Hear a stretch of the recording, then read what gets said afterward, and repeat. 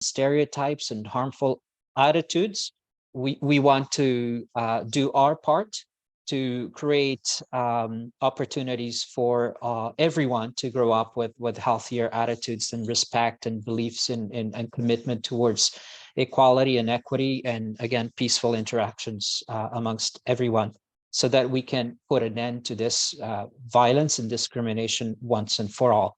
So I want to talk about White Ribbon's origins in public education. We were created as a grassroots campaign, and we've gone well beyond just being a grassroots campaign, and we've been doing the hard work to change those behaviors and attitudes, working with groups of young people in schools, working with their educators to provide the resources and tools so that they can engage young people in the classrooms, in the community, to prevent this kind of violence from continuing.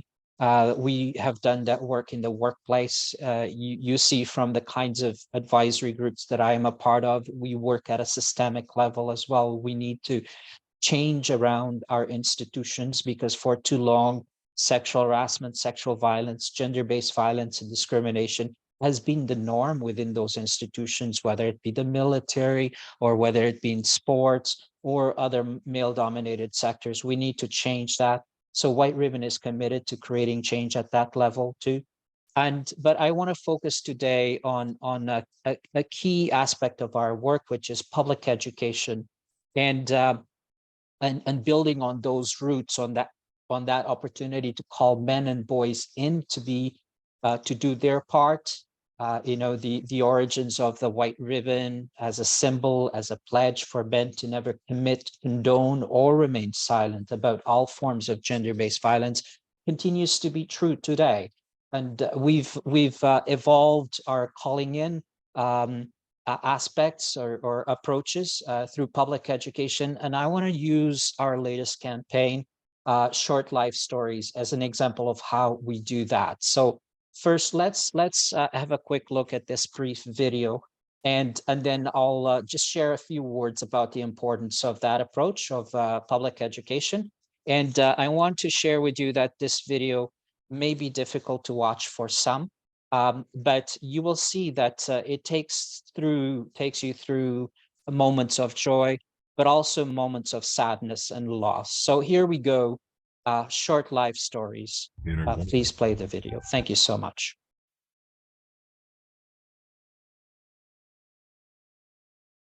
One moment, please.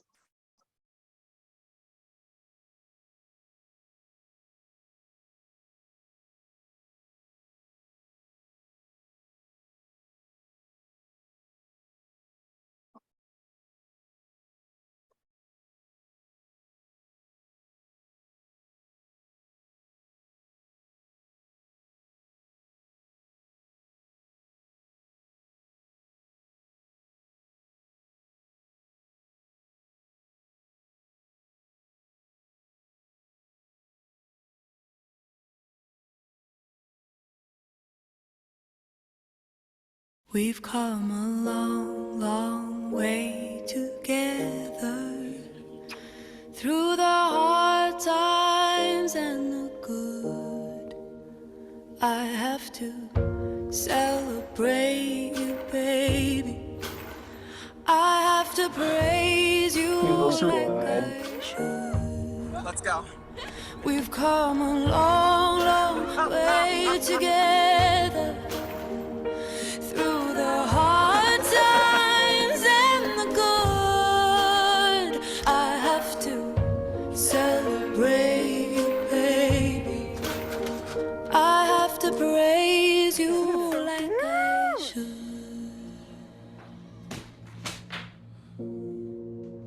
Hey.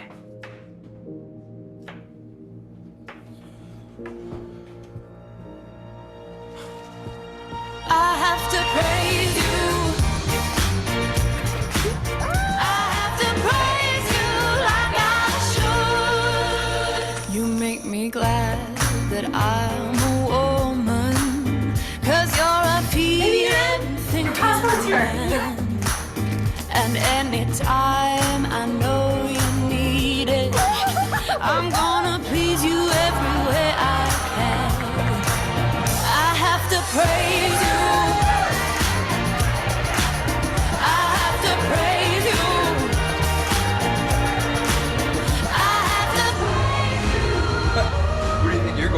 bathroom. That's your bathroom there. You're not coming in this bathroom. How many times do you want me to say it? Okay, let's just calm down for a second. What are you gonna do? Great. Don't touch me! She's not coming in this one. I said don't touch me! Don't touch me! What's up, dude? I know what you are.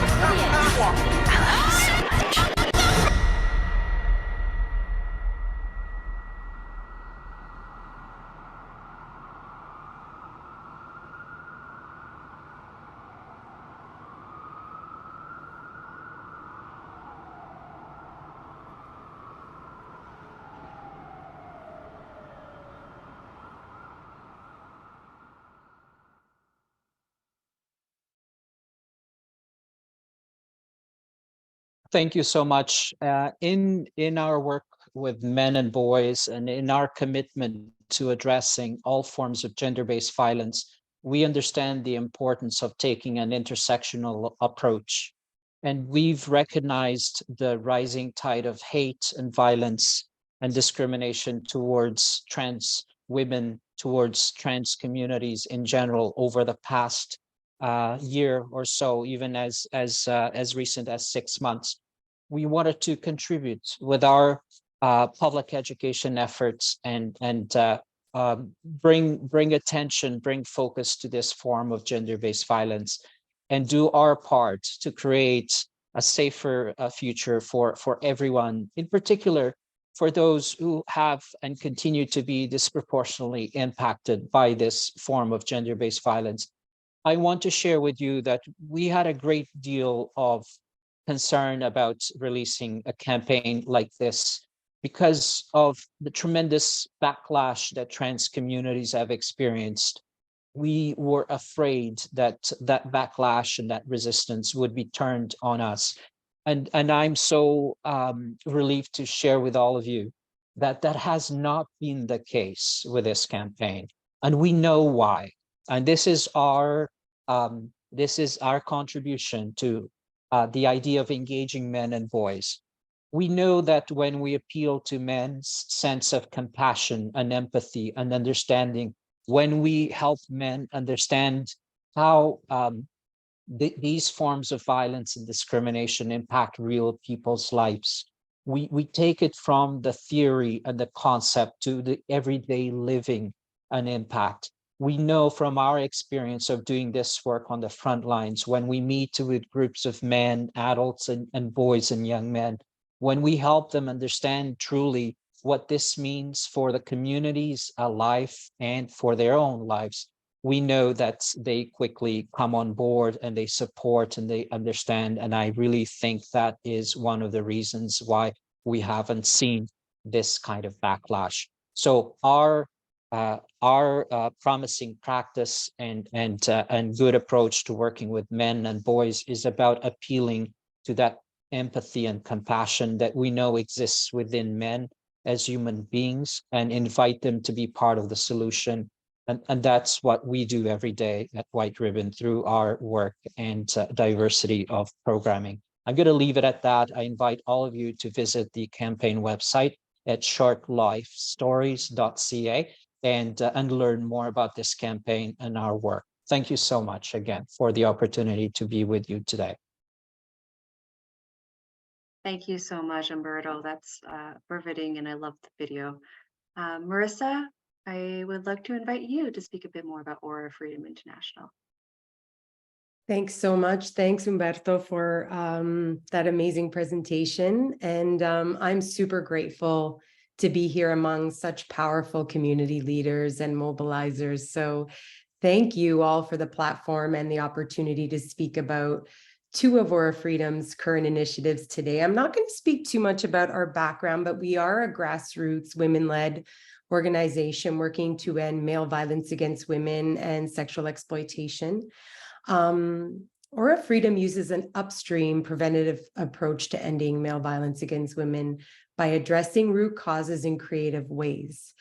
We do that through many different creative initiatives, advocacy, research, policy change, but also very creative projects. And I often share Desmond Tutu's river analogy to describe Aura Freedom's work and what has inspired me for so many years doing this work when I started Aura Freedom 10 years ago this year. Desmond was an anti-apartheid activist from South Africa, and he said, there comes a point where we need to stop just pulling people out of the river. We need to go upstream and find out why they're falling in. And so on the front lines of male violence against women, what do we see? We see 2 women leave a domestic violence shelter with their children, and I have been there as a child as well, and another 2 show up. Right? And we see governments proudly sharing how much funding they have provided for that revolving door, which, to be sure, is crucial. It's life-saving. All of my colleagues doing that work are lifesavers and life givers, and in desperate need of robust, sustainable, and constant funding. But just as crucial, or perhaps more crucial, is preventing the violence from happening in the first place and preventing that trauma that rips through our families and our communities and creates generational trauma. And we continue to see those impacts in our communities for years to come. That's where upstream is where Aura Freedom works. And it's where I get my most inspiration, is really looking at those root causes. And all of us staff, there are only 3 staff. I do like to say we are a very small team. We have an amazing board, advisors and volunteers, but we are a smaller organization. And so we get very creative with our funding. But 2 of the initiatives I've been invited to speak about today are GBV in the media and the For Her campaign. I'll start with GBV in the media. It's a project, really, the project is in its name. It seeks to challenge and change the way gender-based violence is portrayed in Canadian media. So we're not the first to do this. We are building upon existing media guidelines from Canada and internationally. To really challenge and change the way journalists and media organizations are portraying gender-based violence. So what we've done is Aura Freedom, with a national network of GBV and media stakeholders, we've collaborated for the past 2 years to create media guidelines for journalists reporting on GBV and sex trafficking in Canada. And we have special sections on sex trafficking, femicide, and we even have a special section dedicated to violence against Indigenous women that was completely Indigenous led. So through this work and through the guidelines, we hope to inspire a movement for transformative media reporting. And we even came up with a definition of what transformative media reporting means to us. And radically changing the way we see GBV and sex trafficking in our communities and the way we see the media approaching it. Our national network are really the heart of this project. They are a pan-Canadian group composed of gender-based violence and sex trafficking experts, frontline workers, academics, journalists, reporters, other media guideline creators, and more. And the network includes a parallel Indigenous-led network comprised of the same actors from Indigenous-led community organizations and such. And so all 40 plus network members have supported and informed GBV in the media right from the beginning, right from the terms of reference to the definition of transformative media, to our goals and to our values. And the guidelines will be released next year. And through this project, really such beautiful partnerships. And the reason why I'm here today is the Canadian Network for the Prevention of Elder Abuse is a member of our GBV in the Media National Network. And so many new partnerships are happening and things are sprouting because of this work. Before any guidelines were written, however, research was conducted. And one of the most important parts of this project is a research background and lit review.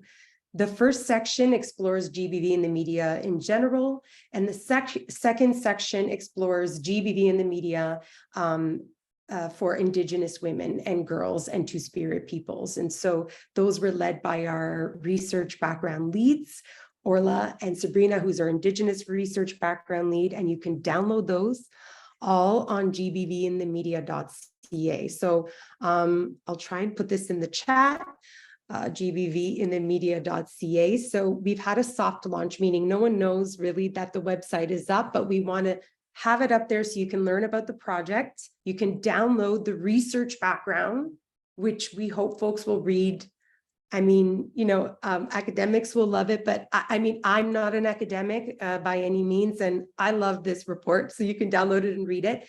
And then next year, come back and find the guidelines, but we're going to have a launch on that and invite so many people to join us in the launch of the guidelines. So that's the first initiative. The second initiative is our body bag for her.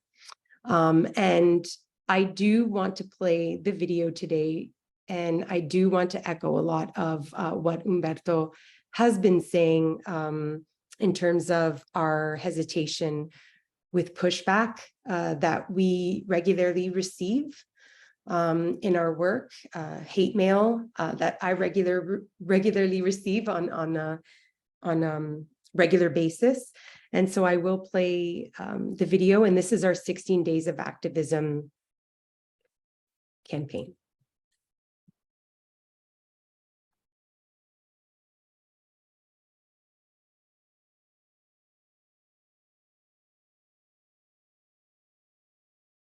It's always like, so, okay, here we are.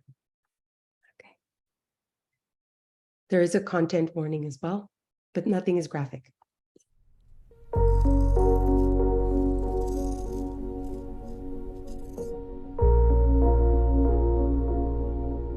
There's a lot of time and effort put into creating a piece like this. Every single detail, every stitch is made with care. We figured out the proportions of the bag, what fabrics would work best, what had the most body, where the zipper placement would be, what would be best for lining the bag, where the handles should go.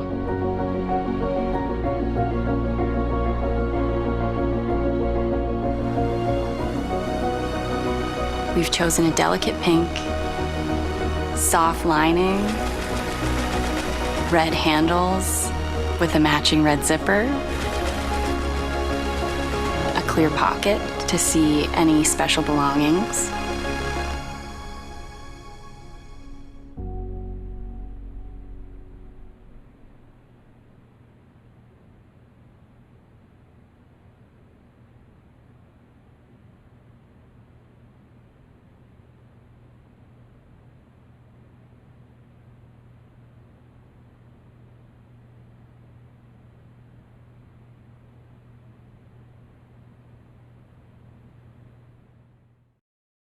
Can everyone see the print ad right now?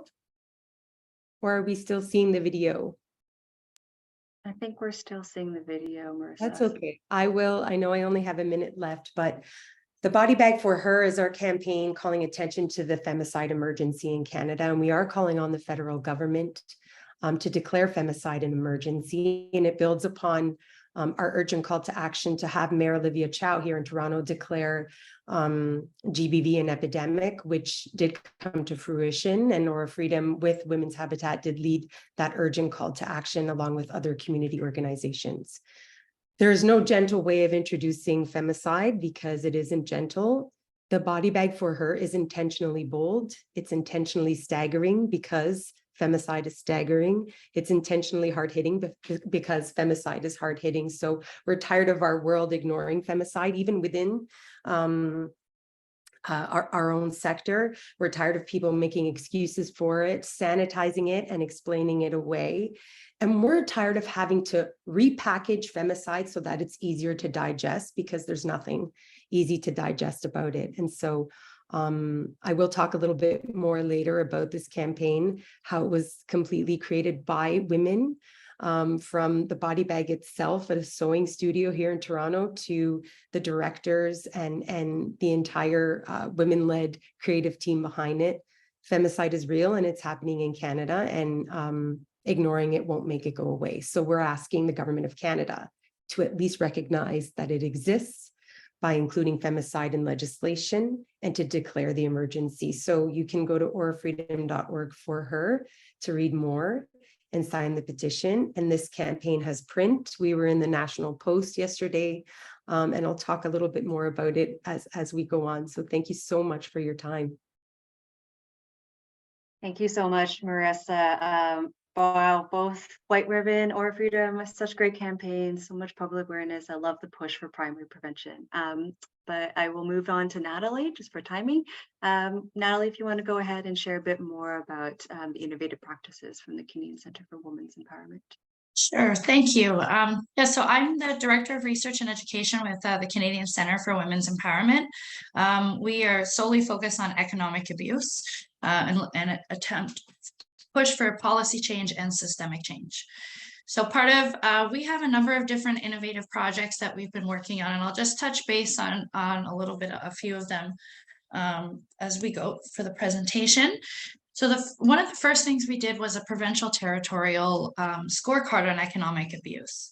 So economic abuse, the aim of this was to identify the legislation and policies and how they better support, and if they better support or if they harm women fleeing violence. What we found was we created a visual tool, which is available on our website right now on the map, and we created a scorecard where if you had a model policy, which was determined through our research, or an adverse policy, or if your policy adversely affected women. So we use this as a form of advocacy. We focus solely on provincial territorial for the first round, but we are going to look at national policies as we progress in the step 2. And we want to identify a number of gaps.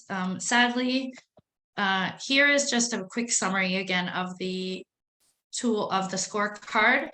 We can see that, so the score is a percentage is how well each province or territory scores as it relates to economic abuse policies in different categories. So we have legislative definition, work policies and leave, victims of crime compensation, and rental protections. As you can see, nobody scores very well. British Columbia scores the highest with only 36.1%. The full scorecard and the full description is available on our website, but this is just, again, one of the tools to identify where there's challenges and where the response is lacking within the system. We also see, so specific to like crime compensation, we know here in the province of Ontario, criminal compensation for intimate partner violence has been removed. The program no longer exists. So we're the only province that doesn't, I'm in Ontario right now, that doesn't have the criminal compensation. So this was one of our many tools. Another tool, innovative tool that we created was the economic abuse screening tool. So this tool, this version was specifically designed for shelter workers, shelter staff, it was designed to be part of the case management system to support the clients on their healing journey. So we identified we conducted a national study 2 years ago where we asked survivors and support workers the types of economic abuse that they're seeing within their work. So we identified some of the most common types of economic abuse, which is like the coercive control and economic control and economic and employment exploitation. Sorry, two E words are tough. And so we've included that in our screening tool. So the screening tool consists of 8 questions, and it could be done either by the client or by the staff. And then what we've done is we've had each of the questions coincide with a different section for supporting the client and how to support them. So we have the screening tool questions, the economic abuse backgrounder. So this can also be, that section is specifically for the staff and the staff to learn a bit more details and a bit more intricate matters about economic abuse. Then we have the information sheet. So we've created a number of sheets for you, for staff to print and put up in their shelter. We have the post-separation economic abuse wheel. We have the economic abuse power and control wheel as well, and some other community outreach tools. And then the section 4, part 4 is the resources. So depending on the type of economic abuse that your client is experiencing, you would go to that different section. So we have credit reporting and credit management, detangling joint finances, financial aid resources, We also have Banking 101 and financial literacy resources. This whole tool was developed primarily by the director of our policy, Michaela Mayer, and myself, but she took the lead. And we had consultations with great shelter staff and for the initial development. Then once we had developed the tool, we actually sent it out to a number of shelters across Canada and asked them to use it and then provide feedback on the accessibility, the language, and anything else that they had found. So we did that was done by mid-February, and then now the tool is available on our website, free to download. Right now we have it available in French and English, but we're working on also having it translated to other languages. So part of why we wanted this tool was the development of because discussion on finances can be very uncomfortable and difficult. And from what we heard from our consultations is many of the staff at the shelters would just ask, what is your income? And where does your income come from, whether it's a government support program or you're working, but that really doesn't identify some of the messiness, the complexity that is involved with economic abuse.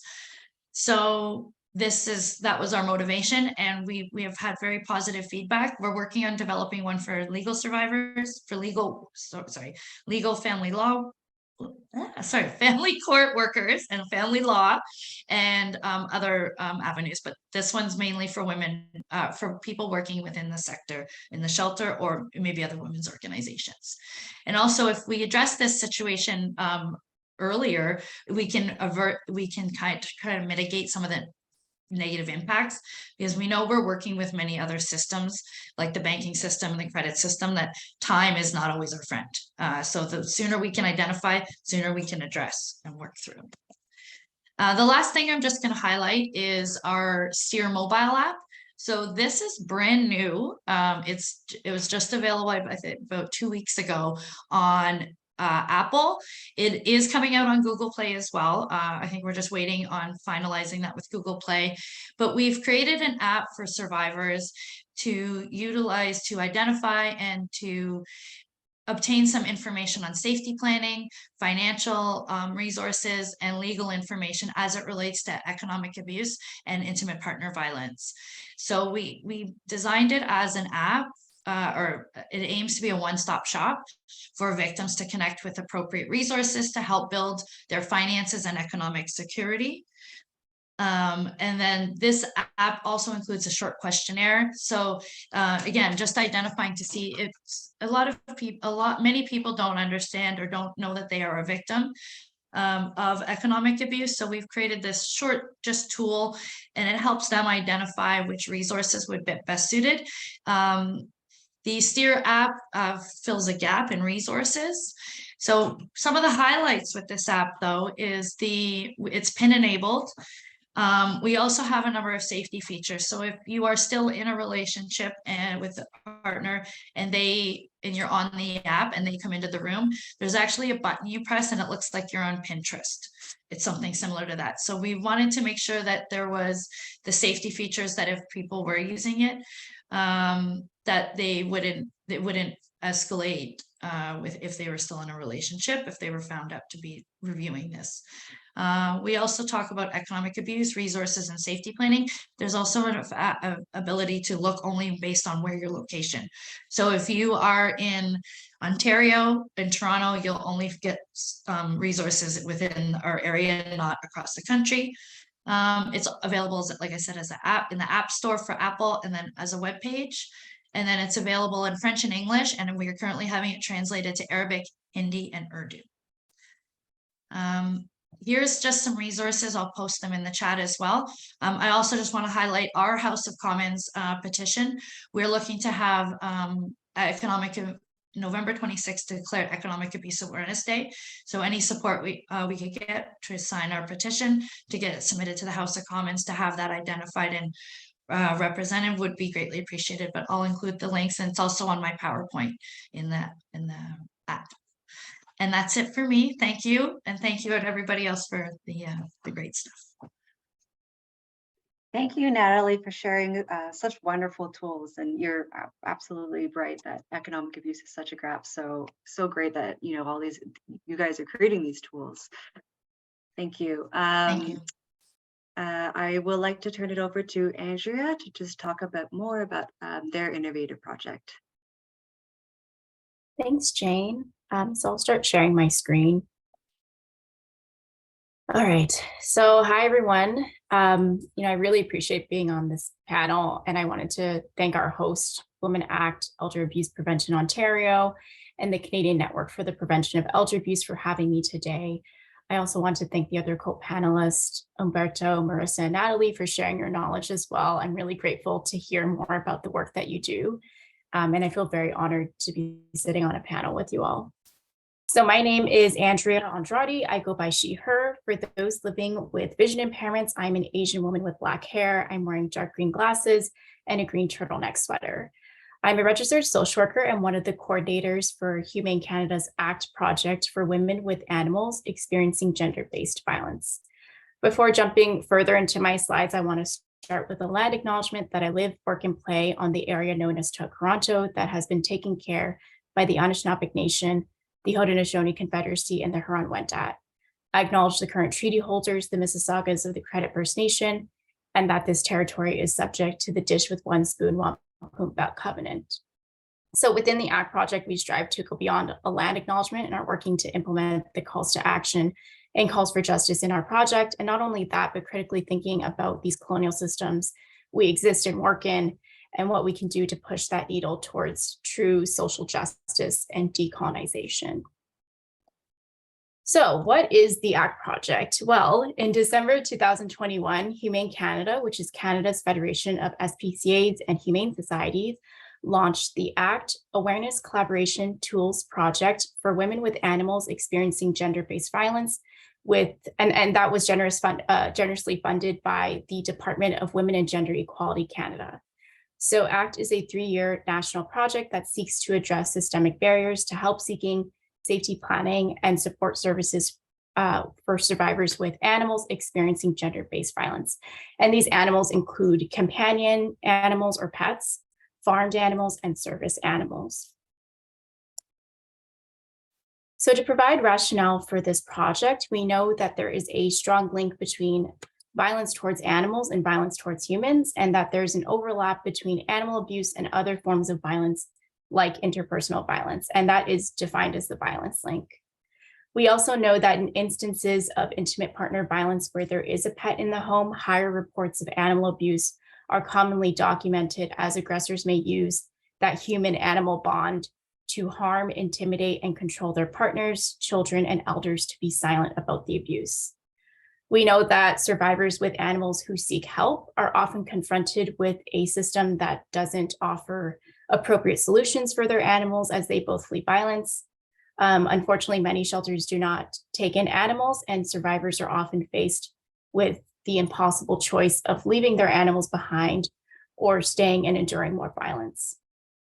So based on this, the ACT project was born.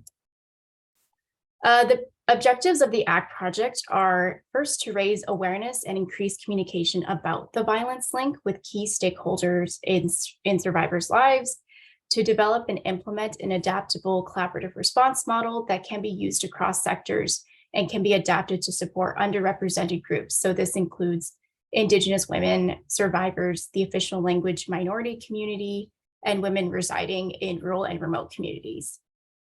We further consulted with other underrepresented groups, including immigrant and refugee women and people within the 2S LGBTQIA+ community.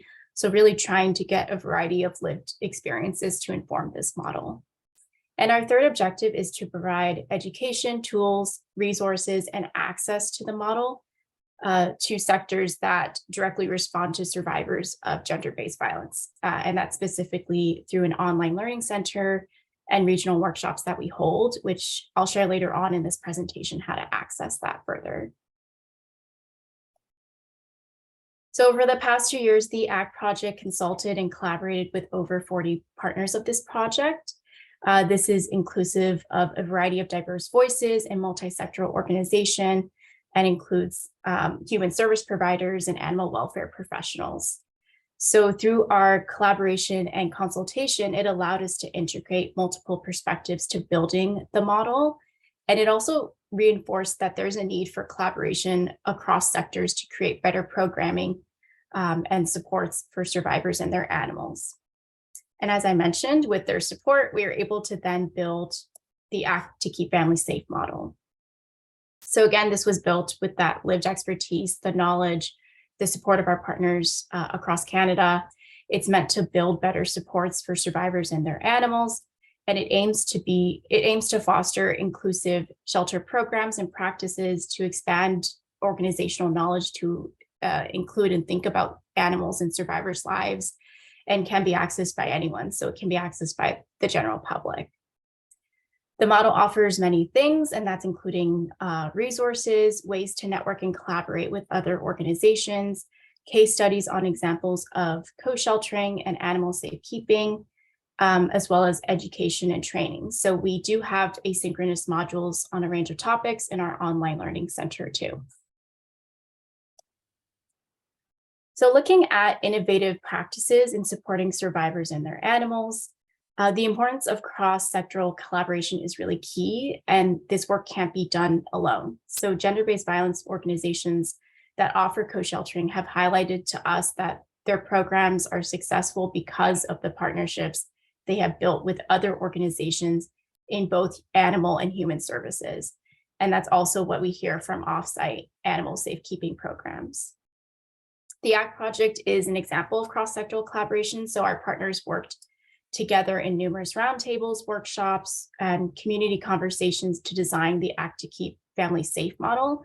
And we saw that those perspectives are really key to building programs that meet the needs of survivors and their animals. Co-sheltering programs are another innovative practice when supporting survivors and their animals. So when a survivor leaves a violent relationship, there are barriers to accessing animal-friendly shelters or on-site sheltering options. We know that, unfortunately, few emergency shelters are inclusive to animals, nor do they have placement options for them. And that is a major barrier to survivors who have to choose between safety and leaving their animal behind with their aggressor, where they may be concerned for the safety of the animal, or giving them up entirely. For off-site animal sheltering options, these programs are often short-term. Individuals may not know the exact amount of time they will need for their animals to be in care, and they may not have other housing options once that time limit is met. And once it is met, survivors can experience precarious housing or hidden homelessness or homelessness. Further, offsite sheltering is not an ideal option because survivors might not be able to visit their animals depending on the program. And we know that separation can create further trauma for both people and animals. The ideal solution is on-site sheltering so that survivors can remain with the whole family, but we're also mindful that organizations have noted their own barriers to implementing this, including lack of resources, funds, staffing, training, and more. But if you are interested in reading more about sheltering and housing concerns, I encourage you to view the info sheet I've shared through this platform. An opportunity to further explore innovative practices and to network is through the Act to Keep Families Safe community of practice. So these are quarterly meetings that offer an opportunity to learn from speakers about a particular topic for the first hour, and then offer 30 minutes of regional breakout rooms with a facilitated discussion so that participants can network and build partnerships with other organizations in their region. And I will share more how to get involved with that in the next slide. So how to get involved. You can access the Act to Keep Families Safe online learning center, which again is filled with resources, tools, templates that you can download, and asynchronous educational modules that you can take for your own learning. We'll continue to add resources to the Learning Center over the next few months as well. And the QR code on the right there allows you access to the online Learning Center if you want to pull your phone out and have a look at that on your own. You're also welcome to sign up for the ACT newsletter. So this is a quarterly update on new resources, tools, templates, and educational opportunities of the ACT project, as well as of our partners. And I welcome you also to attend and collaborate in the Act to Keep Families Safe community of practice to learn and connect with other allies in your region. So the upcoming winter COP is in January, and it's on uplifting survivor voices. In terms of what's next for the project, we are ending on March 31st, where we'll be exploring what our next steps look like, but all of these resources will still be available in the Learning Center and live beyond the project too. So if you would like to connect with myself or anyone on the ACT project team, please email us. Humane Canada is also on social media, and I do encourage you to follow for updates about the ACT project as well as the work that Humane Canada is doing too. And that's it for me. Thank you so much for listening today, and I hope to see everyone at our next community of practice. Thank you, Andrea. I think another wonderful project with stressing another major gap in both, the gender-based violence sector, but also, as you mentioned, the animal protection and welfare sector. So thank you so much. I'm actually going to turn it over to Pramila to do our Q&As. Thank you, Jane, and thank you for all the panelists. So this is one of my favorite parts, to get to drill you a bit. So the first question is for Natalie and Umberto. What are your thoughts about how to work with abusive partners to address economic consequences of gender-based violence?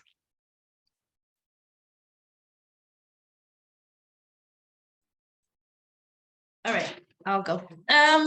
So what are some of our thoughts is that so we know that there's the multidimensional aspect of gender-based violence and the overall health of the abuser, the victim, survivor, and the family. And then also is how to work with the abuser. The biggest change I think that is needed is we need to change the shift the cultural norms and values. I don't know how much more we need to do to continue to say that this is a serious problem.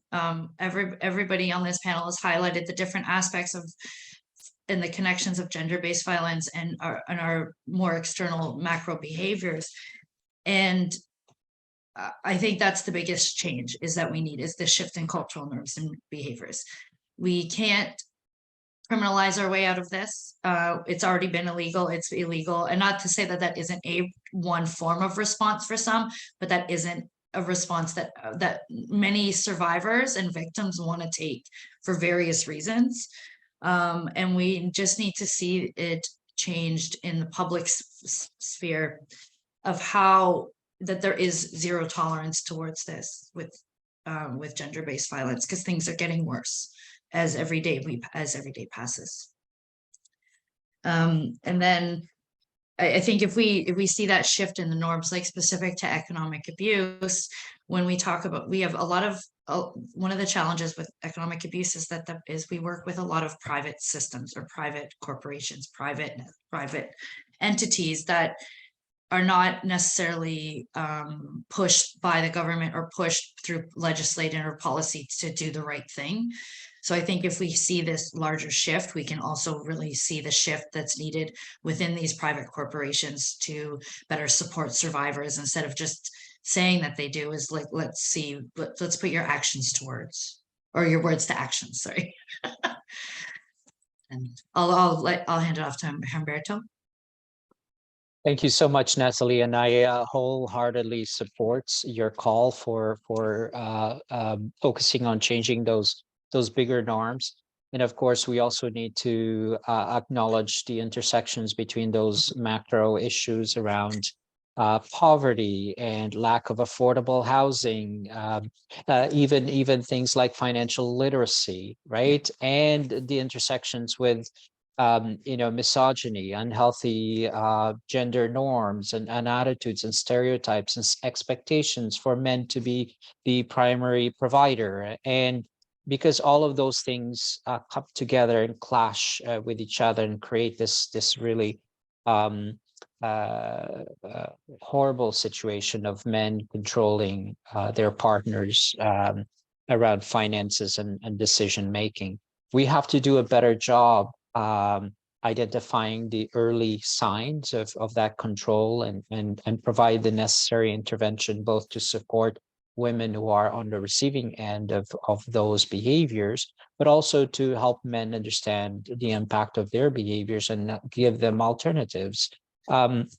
Accountability is key. This is we need to do a better job helping men be accountable right from the get-go, but also help new generations of boys and young men understand how to value equal decision making, how to value open and honest communication, how to work on their emotions in healthy ways so that they can, together with their partners, work through challenges and crises around financial management. We see that come up in so many ways in relationships. So we got to reframe our approaches a little bit, and this requires bigger challenges, bigger changes in how we do this work.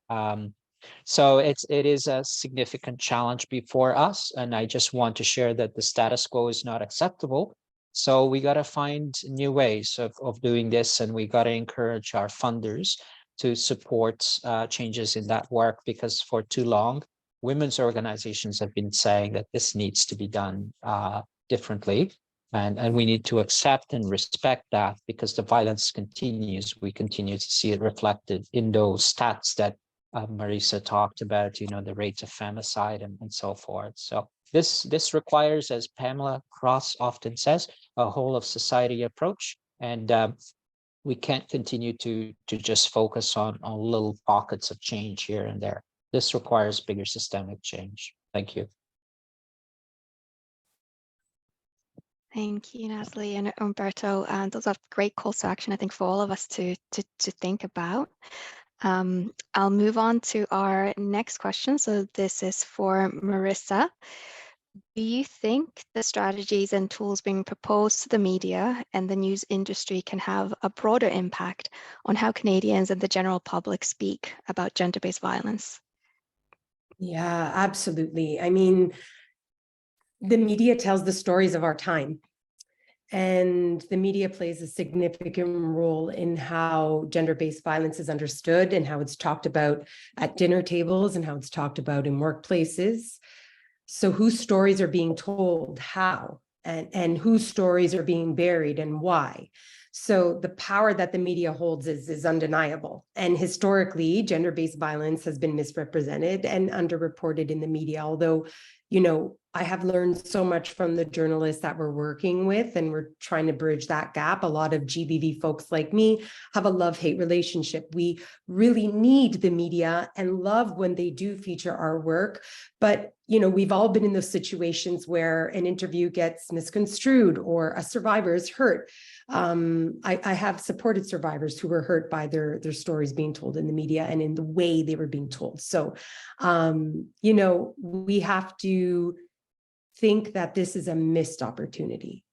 The media presents a huge opportunity to educate and empower people with accurate facts and information, and to shift the conversation and narrative about GBV and really prevent. A well-written news article on GBV can work to prevent it. Let's just take one component, the headline. Many people only have time to read the headlines before making up their minds about a news story. It's so fast and busy out there. So I know I will look at a headline and figure out if I want to read the story or not. And so headlines hold a lot of power. And arguably, they're one of the most important parts of a news story or an article. So with that great power, I believe, comes great responsibility. An irresponsibly written headline that is written in a way for clickbait or, to get sensational reactions can contribute to the environments in which violence against women thrives. In the same way, a well-written headline or responsibly written headline can change harmful perceptions of GBV and work towards really a better understanding of it. And this is what I call transformative media. And really I imagine it, we do have our own definition, but I imagine it as a journalist writing a story, and is not only reporting on that case, but metaphorically marching alongside the GBV sector with a sign. That article is their sign, and marching alongside survivors with that story. So there's so much opportunity. I did just want to use my time because I was really mindful of the hand up and of how much we want to speak about our projects, but I skipped over a really important part of the Body Bag for Her campaign. We have two beautiful partners, which was the Native Women's Resource Center of Toronto, or is, and the Femicide Observatory. And those two partners did work with us and collaborate with us very closely, and still are, on the microsite and on the petition. So they worked collectively with our team in sisterhood and in solidarity. And so I do want to mention that, I had more to say about that, but I don't want to take up too much space. You can read about how we're connecting femicide to MMIWG and to genocide. And then the Femicide Observatory in Myrna, we're amazing in consulting for the For Her Body Bag for Her campaign as well. So I just did want to say that. But yeah, absolutely. The media, they write the stories of our time. I still remember news articles from when I was a kid. How much power is that, right? So yeah, thanks for the question. Thank you, Marissa. And yeah, thank you for kind of linking it to the opportunities and accountability the media also has in this space, and like those call to changes that Umberto and Natalie were also mentioning. Okay, our last panel question of the day goes to Andrea. Andrea, your project focuses on the violence link between abuse of animals and interpersonal violence. What do you think can be done to increase the awareness of this link in the gender-based violence sector? Because I don't think that's a big focus for a lot of gender-based violence work. There's a lot that can be done. As you mentioned, it's not much of a focus in the sector.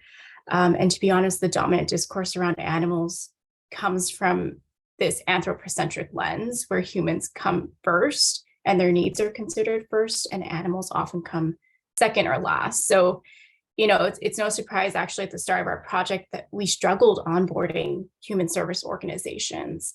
And from my own personal experiences as a social worker, being on the front line for 7 years, I never once learned about the violence link. And in my master's, I recall we actually skipped that chapter on animals and social work, which is really unfortunate. And I think it speaks to the values there.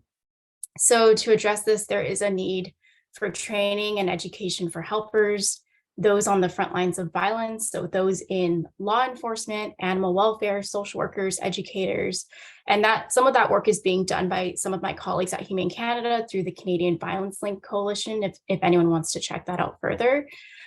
Specifically, humane education is needed, especially for our young people, as that has been shown in research to increase empathy and leadership skills. As shown from my presentation, there is a need for increased cross-sectoral collaboration and then advocacy on a larger scale to support that cultural shift of looking at the whole family and beyond that into the interconnectedness of well-being between humans, animals, and the land. And that's a whole other conversation that goes beyond today. But to share what was helpful for us in the ACT project. So our first objective was to increase awareness and communication around the violence link. And we've implemented that through awareness campaigns, outreach presentations to communities and organizations. Last spring, we sent out an anonymous survivor survey created from a narrative approach that explored how the violence link impacted survivors and their animals. And from those responses, we were able to explore these complex narratives and issues experienced by survivors and their animals, and the resultant systemic barriers they faced when accessing support like sheltering or housing, because we're just not valuing animals as family members.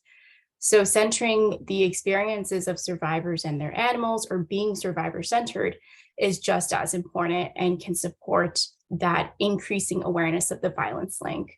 And if anyone wants to learn more, we've created a module specifically on the violence link that anyone can take, and that will be available very soon on the Online Learning Center.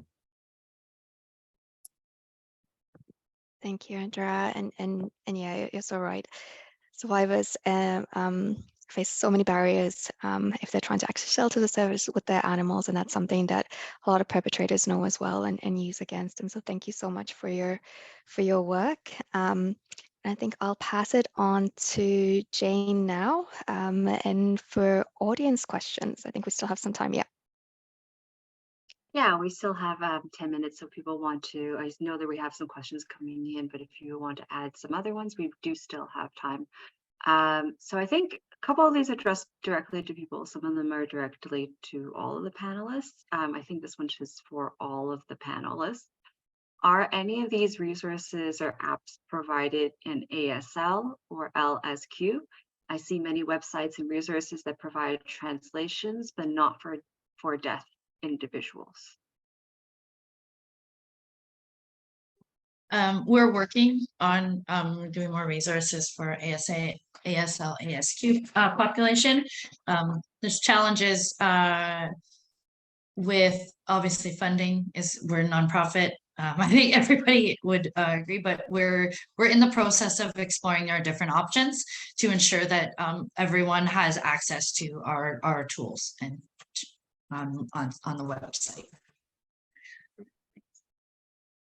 Anyone else who wants to answer? No? Okay, I will move on to the next question. So this one is about rural women live at rural women live at a higher risk for violence.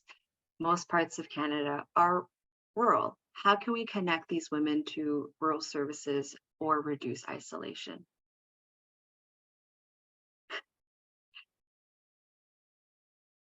Go ahead. I see you're unmuted, Andrea. I can speak to that.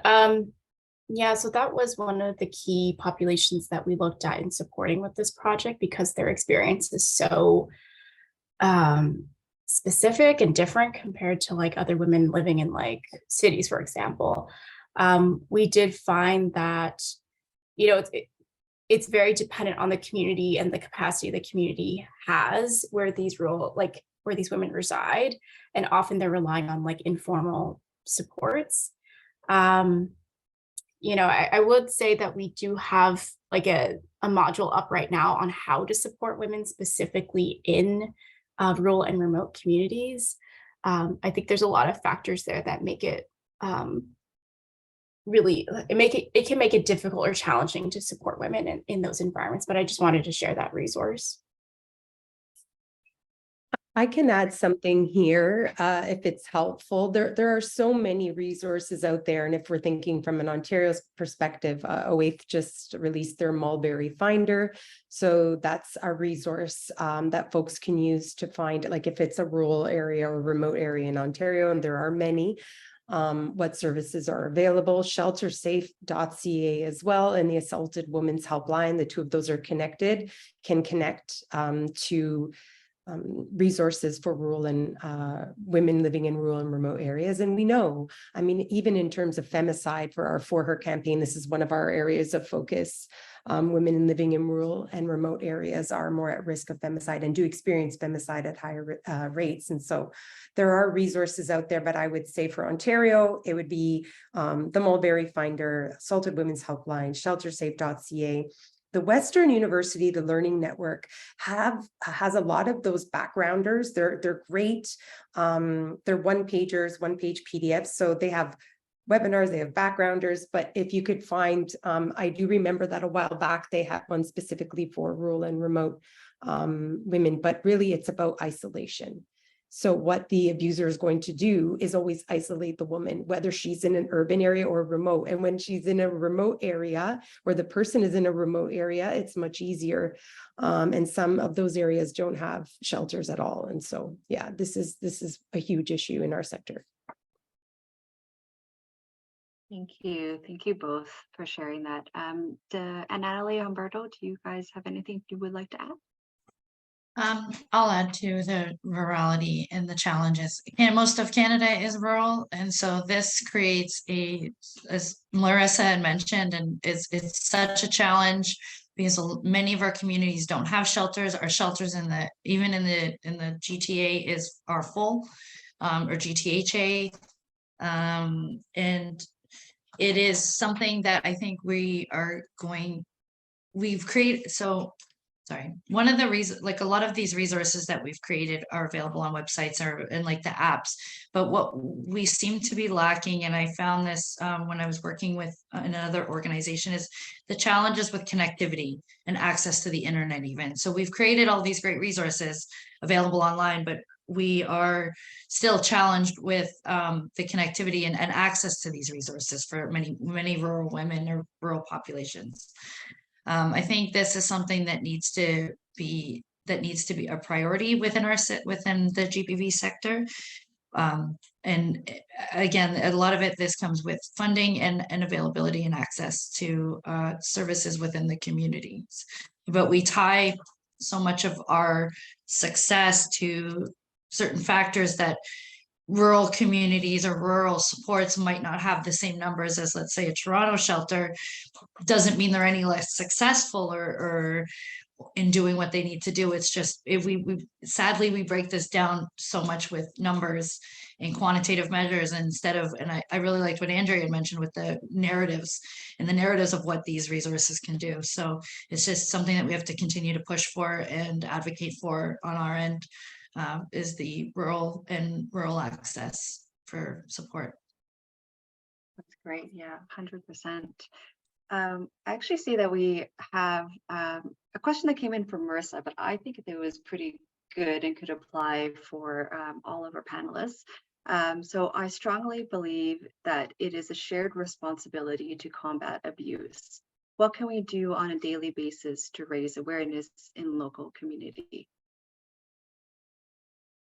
I answered that in the chat, so I'll let the other panelists do that. They might not know that I've already answered that. No worries.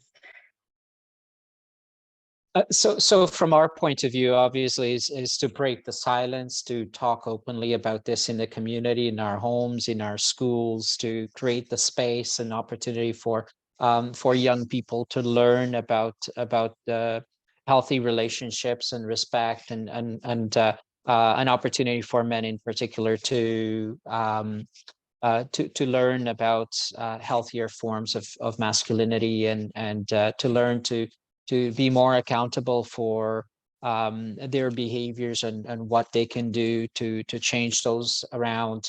And I would agree that this needs to be it needs to happen differently, and particularly in rural communities, because of that isolation, because of those distances, and because it increases people's vulnerabilities towards experiencing violence and also using violence as well. In so many cases, we see clearly how folks who could have intervened, who could have reached out to the person experiencing violence, who could have addressed the person using violence, that happens so often, right? There's still so many stereotypes and misconceptions, and the idea that what happens behind closed doors is private, and people are afraid to speak up and to knock on the door and to say, how can I help, even to intervene. We see that happen time and time again. I am a member of the Domestic Violence Death Review Committee, and I can tell you that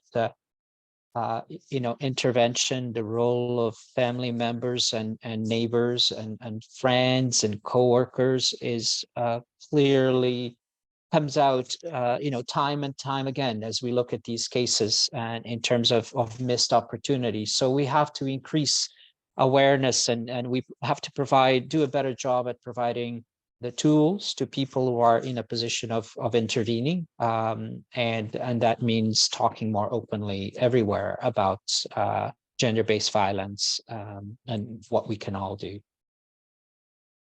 Thank you so much. I see, Marissa, you have your hand up. I'm going to turn it back to you, but then I think we will have to close after this. Yeah, I just wanted to add a quick point that when we're thinking of these solutions, we're still, Humberto touched upon it a bit, but how can we support rural women who have experienced violence? So we're still downstream, pulling women out of the river, and we have to go upstream. We have to also look at how we can, and we are with the For Her campaign, but again, limited budget, how we can get our public service awareness and public education out there.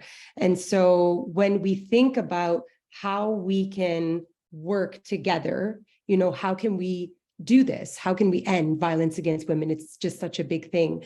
Advocating for gender equality is ending gender-based violence. Being anti-racist and anti-colonial is ending gender-based violence. Speaking out against homophobia is ending gender-based violence.